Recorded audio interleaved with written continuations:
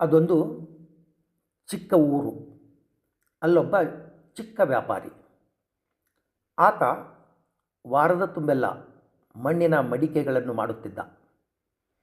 ವಾರಾಂತ್ಯಕ್ಕೆ ಪಟ್ಟಣಕ್ಕೆ ಹೋಗಿ ಅಲ್ಲಿ ನಡೆಯುವ ಸಂತೆಯಲ್ಲಿ ತಾನು ಮಾಡಿದ ಮಡಿಕೆಗಳನ್ನು ಮಾರಾಟ ಮಾಡುತ್ತಿದ್ದ.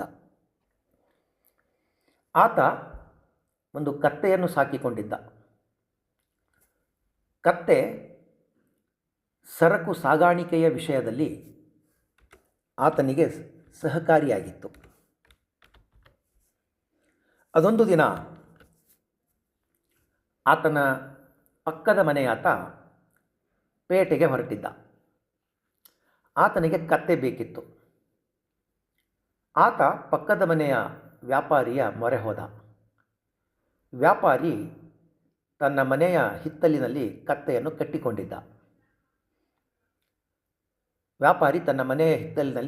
ಕಟ್ಟಿಕೊಂಡಿದ್ದ. ನಾಲ್ಕಾರು ಬಾರಿ ಪಕ್ಕದ ಮನೆಯವನ ಮನವಿಯನ್ನು ಮನ್ನಿಸಿ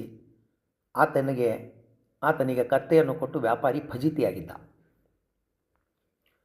ಪಕ್ಕದ ಮನೆ ಮತ್ತು ಪಕ್ಕದ ರಾಷ್ಟ್ರ ಎಂದರೆ ಒಂದಷ್ಟು ಹಾಗೇನೆ. ನೆರೆಹೊರೆಯವರ ಸಹಕಾರ ಉಪಕಾರಗಳಿಗಿಂತ ಅವರ ಆಗ್ರಹ, ದುರಾಗ್ರಹ ಮತ್ತು ತಾಮಸಗಳದೇ ಹೆಚ್ಚು ಜೋರು, ಮತ್ತವುಗಳದೇ ಅಬ್ಬರ ಆರ್ಭಟ.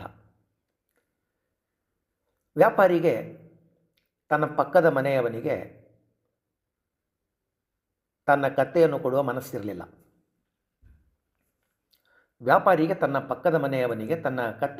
ಮನಸ್ಸಿರಲಿಲ್ಲ. ಆದ್ದರಿಂದ ಆತ ಸದ್ಯ ಕತ್ತೆ ಮನೆಯಲ್ಲಿಲ್ಲ, ಅದನ್ನು ಇನ್ನಾರೋ ತೆಗೆದುಕೊಂಡು ಪೇಟೆಗೆ ಹೋಗಿದ್ದಾರೆ ಎಂದು ಸುಳ್ಳು ಹೇಳಿದ. ಅಷ್ಟರಲ್ಲಿ ಹಿತ್ತಲಲ್ಲಿ ಕಟ್ಟಿದ ಕತ್ತೆಯದು ಜೋರಾಗಿ ಅರಚಿಕೊಂಡಿತು. ತಾನು ಬೇರೆಲ್ಲೂ ಹೋಗಿಲ್ಲ, ಇಲ್ಲಿಯೇ ಇದ್ದೇನೆ ಎಂದು ಅದು ಸಾಬೀತುಪಡಿಸಿತು. ಅದು ತನ್ನ ಮಾಲೀಕ ಹೇಳಿದ ಸುಳ್ಳಿನ ಮೇಲಿನ ಮುಖವಾಡವನ್ನು ಅನಾವರಣ ಮಾಡಿತು. ಕತ್ತೆಯದು ತಾನೇನೋ ಸತ್ಯ ಹರಿಶ್ಚಂದ್ರನಾಯಿತು. ಆದರೆ ತನ್ನ ಮಾಲೀಕನನ್ನು ಅದು ಸಂಕಷ್ಟಕ್ಕೆ ಸಿಲುಕಿಸಿತು. ಸಮಯವಲ್ಲದ ಸಮಯದಲ್ಲಿ ಕಿರುಚೋದು, ಸಮಯವಲ್ಲದ ಸಮಯದಲ್ಲಿ ಅರಚೋದೇ ಕತ್ತೆಯ ಕೆಲಸ. ಆದ್ದರಿಂದಲೇ ಅದನ್ನು ಕತ್ತೆ ಅನ್ನುವುದು. ಕತ್ತೆಯ ಮಾಲೀಕನಿಗೆ ತಾನು ಹೇಳಿದ ಸಾಂದರ್ಭಿಕ ಸುಳ್ಳಿನಿಂದ ಬಚಾವಾಗುವುದಕ್ಕಾಗಲಿಲ್ಲ. ಪಕ್ಕದ ಮನೆಯಾತ ಸುಳ್ಳು ಪತ್ತೆಯಾಯಿತು, ನೀನು ಹೇಳಿದ ಸುಳ್ಳು ಪತ್ತೆಯಾಯಿತು ಎಂಬುವಂತೆ ಕತ್ತೆ ಮಾಲೀಕನ ಮುಖವನ್ನು ನೋಡತೊಡಗಿದ. ಆಗ ಕತ್ತೆಯ ಮಾಲೀಕನಿಗೆ ನೇರವಾಗಿ ಮಾತನಾಡುವ ಅನಿವಾರ್ಯತೆ ಉಂಟಾಯಿತು. ಆತ ಪಕ್ಕದ ಮನೆಯವನನ್ನು ಕುರಿತು ಹೇಳುತ್ತಾನೆ, ಅಯ್ಯ, ನನ್ನ ಪಕ್ಕದ ಮನೆಯವನೇ, ನಿನಗೆ ಕತ್ತೆಯ ಭಾಷೆ ಅರ್ಥವಾಯಿತು, ನನ್ನ ಭಾಷೆ ಅರ್ಥವಾಗಲಿಲ್ಲವಲ್ಲ ಎಂದು. ಪಕ್ಕದ ಮನೆಯವನ ಮುಖ ಇಂಗುತ್ತಿಂದ ಮಂಗನಂತಾಯಿತು. ಮಾಲೀಕ ನೇರವಾಗಿ ಹೇಳುತ್ತಾನೆ, ನಾನು ನಿನಗೆ ಕತ್ತೆಯನ್ನು ಕೊಡುವುದಿಲ್ಲ.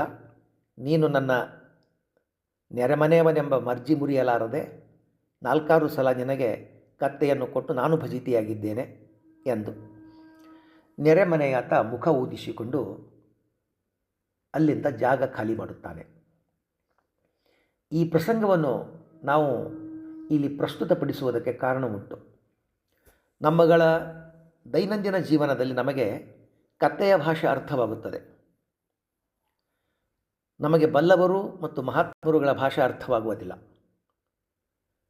ನಮಗೆ ಲೌಕಿಕದ ಮತ್ತು ಲೌಕಿಕರ ಭಾಷೆ ಅರ್ಥವಾಗುತ್ತದೆ, ಆದರೆ ನಮಗೆ ಅಲೌಕಿಕದ ಮತ್ತು ಅಲೌಕಿಕರ ಭಾಷೆ ಅರ್ಥವಾಗುವುದಿಲ್ಲ. ನಮಗೆ ರಾಗದ್ವೇಷ, ಮೋಹ, ವ್ಯಾಮೋಹಾದಿಗಳು ಮತ್ತು ಕಾಮಕ್ರೋಧಾದಿಗಳು ಇವುಗಳ ಭಾಷೆ ಅರ್ಥವಾಗುತ್ತದೆ. ನಮಗೆ ನಿರ್ಮೋಹ, ನಿಸ್ಪೃಹತೆ, ನಿಶ್ಚಿಂತೆಯ ಭಾಷೆ ಅರ್ಥವಾಗುವುದಿಲ್ಲ. ನಮಗೆ ಚಿಂತೆಯ ಭಾಷೆ ಅರ್ಥವಾಗುತ್ತದೆ, ಆದರೆ ಚಿಂತನೆಯ ಭಾಷೆ ಅರ್ಥವಾಗುವುದಿಲ್ಲ. ಚಿಂತನೆಯ ಭಾಷೆ ಅರ್ಥವಾಗುವುದಿಲ್ಲ. ಇದು ಕಾರಣವಾಗಿ ನಾವುಗಳು ದೊಡ್ಡ ಸಮಸ್ಯೆಯಾಗಿ